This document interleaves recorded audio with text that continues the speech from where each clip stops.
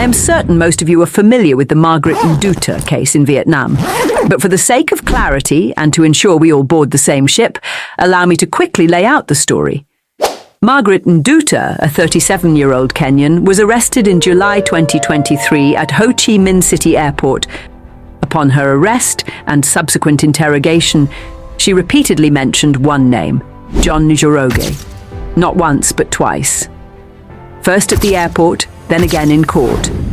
Back home, as the case unfolded, public suspicion pointed towards Maria Wangari Kamunge, widely known as Rish Kamunge. Many believed she and her network had sent Nduta on this ill-fated mission. But despite countless whispers and accusations, there was no concrete evidence tying Rish Kamunge directly to the drug smuggling operation. That is, until another scandal broke loose. In a completely separate case, Bagwisi and Cynthia came forward, exposing a massive scam orchestrated by Rish Kamunge. They weren't the only victims.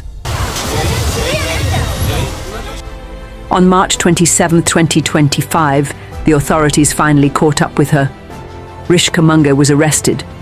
The very next day, on March 28th, the DCI took to Facebook, urging anyone scammed by Rish Kamunge to step forward and report their case.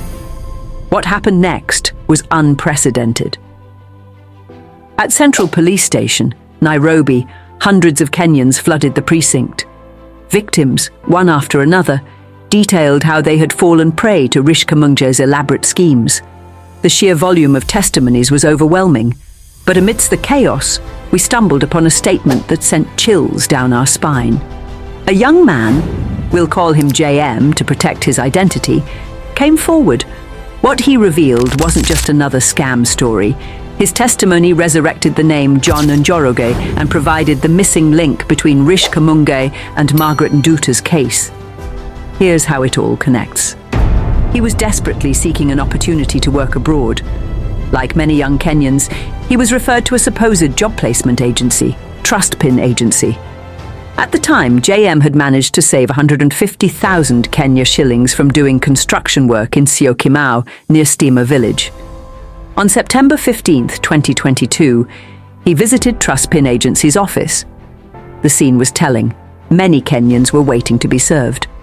When his turn came, he explained that he wanted to travel to either Qatar or Dubai for work, but Rish Kamunge herself convinced him otherwise. Thailand is the best option, she assured him. The jobs there pay far better. She handed him a list of available positions: drivers, waiters, customer service representatives, shop attendants, riders, office messengers, the works. JM, hopeful for a better future, settled on a customer service position. But there was a catch. The agency's commission fee was 250,000 Kenya shillings. Since JM only had 150,000 Kenya shillings, Rish Kamunge reassured him. Pay what you have now. You'll travel in a month, so you have time to find the remaining 100,000 Kenya shilling, she said. Desperate to secure his spot, JM paid immediately. He was instructed to return on September 19th for training, where he and other hopefuls were to assemble at Javanji Gardens at 8:30 a.m. Fast forward to September 19th. JM arrived at Javanji Gardens, where a group of job seekers had already gathered. Shortly after, Rish Kamunge arrived with a Chinese man. The man introduced himself as the liaison for jobs in Thailand. His mere presence reassured the group. Surely this was legitimate if a Chinese national was directly involved. The group was taken to a building along Mwindi Bingu Road near University Way. Third floor, a large hall that looked like a cyber cafe. That's where things took an unexpected turn. Instead of industry-specific training, everyone was subjected to typing speed tests. It didn't matter whether you had applied to be a driver, a waiter, or an office messenger, you were required to master typing speed. The logic behind this was unclear, but they obeyed, assuming it was part of the process. The training lasted a week, with a promise that those who excelled would be the first to travel. And then, a revelation that changed everything. The trainers were not agency employees. They were Nigerians, 5 of them. By September 23rd, After 5 days of training, the Chinese man returned. It was time to select those who had mastered the typing test. Out of 17 trainees, only 9, including JM, passed. The final step? Handing over passports and presenting themselves at the Thailand embassy for a visa interview on September 26, 2022. JM and the others followed through. They attended their visa interviews at the Thailand embassy in Hurlingham, Kilimani near DOD. Rish Kamunga assured them they would be contacted once their visas were approved. Now let's shift gears to another gripping account that deepens the mystery and raises even more questions.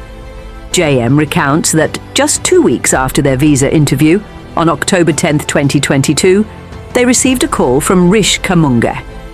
The message was clear. Their visas were ready, and they were to report on October 12th at 10 a.m. to the very building where they had trained. But here's where the story takes a sharp turn. Rish Kamunga instructed them to come fully prepared because this was their traveling day. At exactly 10 a.m., JM and the others arrived at the designated location. Waiting for them was the same Chinese national they had encountered earlier. And here, dear viewers, is where the puzzle begins to unravel. JM and the group assumed that from there they would be heading straight to Jomo Kenyatta International Airport for their flight. However, behind closed doors, a 2-hour-long discussion ensued between Rish Kamunga, the Chinese man, and 2 other unidentified men. Then at around 11:30 a.m., Rish Kamunga dropped a bombshell.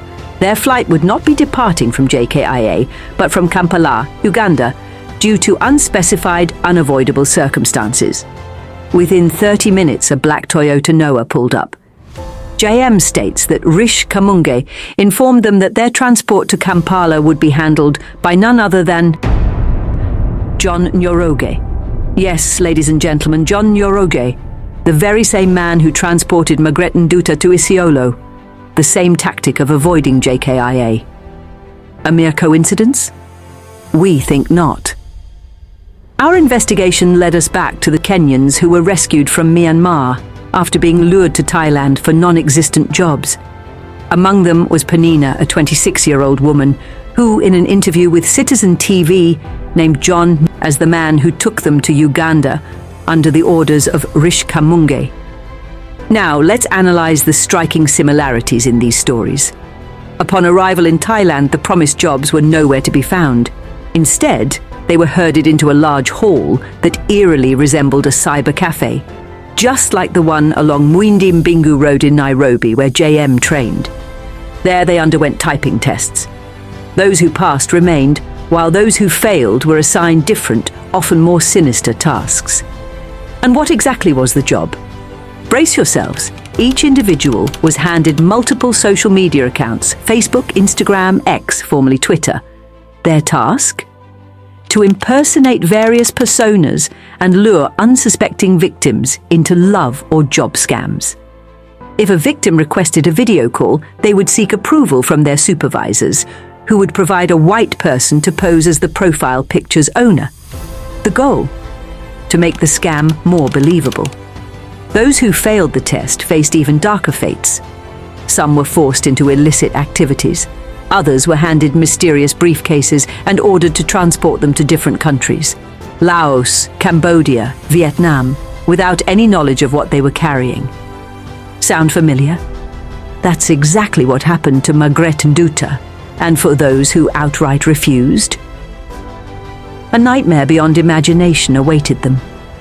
They were thrown into dark, damp rooms, cold, muddy, and devoid of food. Threats of death loomed over them, breaking their spirit, forcing compliance, and if they still resisted, they were sold into slavery in Myanmar, where escape was no longer an option. JM and Peninnah were among the lucky few who were intercepted by the Thailand Special Navy Forces just as they were about to be smuggled into Myanmar by boat. But here's the chilling truth. Even today, as we speak, hundreds of Kenyans are still in Thailand, willingly scamming people online for a salary of $1,000. Others continue to transport unknown cargo, blindly carrying out the same dubious tasks that ensnared their fellow countrymen before them.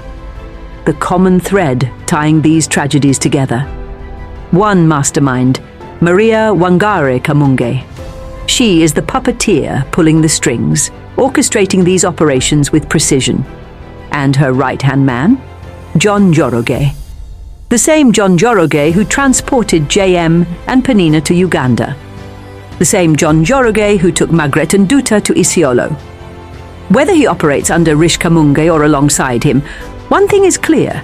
This is not an isolated incident. That's my take for today, dear viewers. If you found value in this video, do me a favor. Hit that like button, share this video far and wide, and don't forget to turn on notifications so you never miss an update. This is LifeLens TV, bringing you the truth, one piece at a time. Until next time, stay vigilant, stay informed, and God bless you all.